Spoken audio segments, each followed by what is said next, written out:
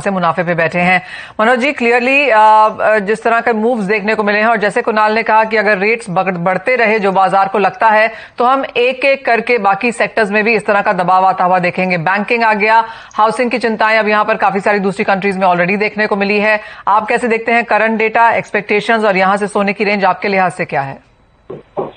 नमस्कार मनीषा जी। देखिए, ये तो यूएस फेड ने भी नहीं एक्सपेक्ट किया था कि सिलिकॉन वैली बैंक जो 16th लार्जेस्ट बैंक है वो उसका कहीं ना कहीं कोलैप्स होना, क्योंकि इस मंथ के स्टार्टिंग में ही अगर आपने देखा हो तो यूएस कांग्रेस के सामने उन्होंने बोला था कि सभी बैंक स्ट्रांग हैं, ओवरऑल फाइनेंशियल सिस्टम सही है, और इस हिसाब से ही वो कॉन्टिन्यूसली आगे भी रेट हाइक की बातें कर रहे थे और सोच रहे थे। लेकिन ये एक दुर्भाग्यवश इस तरह की चीजें आ गई है और यूएस डेफिनेटली थोड़ा कहीं ना कहीं पूरा मार्केट एक डरे हुए भाव में आ गया है यूएस का, और उसका ये नतीजा है। लेकिन अब किस तरीके से यूएस गवर्नमेंट सामने आती है और फेड की जो मीटिंग है उसमें किस तरह से इस बैंक जैसे सिलिकॉन बैंक वैली का जो कोलैप्स है उसको किस तरह से लेते हैं, कितना किस हद तक सपोर्ट करते हैं, जबकि इनिशियल सपोर्ट के लिए तो उन्होंने पहले ही बोल दिया है। तो कहीं ना कहीं गोल्ड को यहाँ पे एक सपोर्ट मिलेगा, जो हम एक्सपेक्ट कर रहे थे कि मार्च महीने में ही गोल्ड को और भी नीचे जाता हुआ देखेंगे, वो उसके ऊपर कहीं ना कहीं अंकुश अब लगता हुआ नजर आ रहा है। लेकिन हमें ये भी देखना पड़ेगा कि ये कल का जो इन्फ्लेशन का डेटा है वो क्या आ रहा है, और जो अभी बातें आ रही हैं कि जो 50 बेसिस पॉइंट से इंक्रीज नहीं करेंगे, क्योंकि ये इतना फास्ट जो हॉकिश वे था इंक्रीज करने का, जिसके वजह से ये सिस्टम पे बैंकों के ऊपर इस तरह का प्रेशर आया है। लेकिन मुझे ऐसा लगता है कि ये अभी सिचुएशन बहुत ज्यादा एनालाइज नहीं कर सकते हैं। मुझे लगता है गोल्ड में बहुत ज्यादा वॉलेटिलिटी रहेगी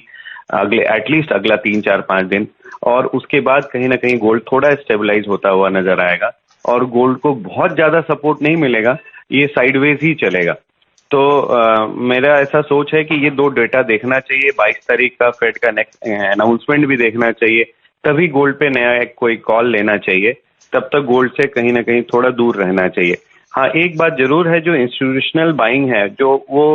रुक जाता अगर $1800 के नीचे चला जाता, जो काफी स्ट्रांग बाइंग हो रही थी 1820 के आसपास, उसको काफी अब वापस सपोर्ट मिलेगा और इंस्टीट्यूशनल बाइंग वर्ल्ड वाइड काफी बढ़ेगी गोल्ड में। तो ओवरऑल गोल्ड में थोड़ी मजबूती तो अभी है, लेकिन बहुत ज्यादा तेजी भी मैं नहीं देख रहा हूँ कि $1920-1930 हो जाएगा। लेकिन मैं गोल्ड को भी साइडवेज ही देख रहा हूँ। जहां तक इंडियन मार्केट की बात है तो वो इन्वेस्टर्स अभी बाहर ही थे, और ओवरऑल जो ज्वेलरी की डिमांड है वो बहुत ही कम है, बहुत ही लो स्तर पे है, और ये फ्लक्चुएशन से और भी ज्यादा ज्वेलरी मार्केट को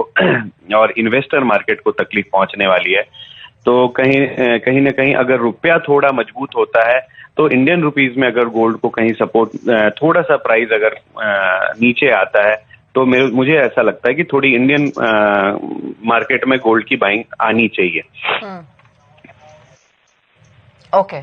मनोज जी, तो यानी आप ये कह रहे हैं कि एक्चुअल गोल्ड के ट्रेंड को समझने के लिए थोड़ा वेट एंड वॉच मोड रहना चाहिए, जो इन्फ्लेशन डेटा है या फिर फेड की मीटिंग का आउटकम है वो बहुत इंपॉर्टेंट रहेगा। जब आप बोल रहे हैं कि साइडवेज रहेगा, क्योंकि एक तरफ तो हम $1800 के ब्रेक होने की भी एंटिसिपेशन मार्केट में आनी शुरू हो गई थी और अब रिकवरी आते हुए दिखी है, तो इस साइडवेज में अगर डोमेस्टिक मार्केट की बात करें तो क्या रेंज आप एक्सपेक्ट कर रहे हैं?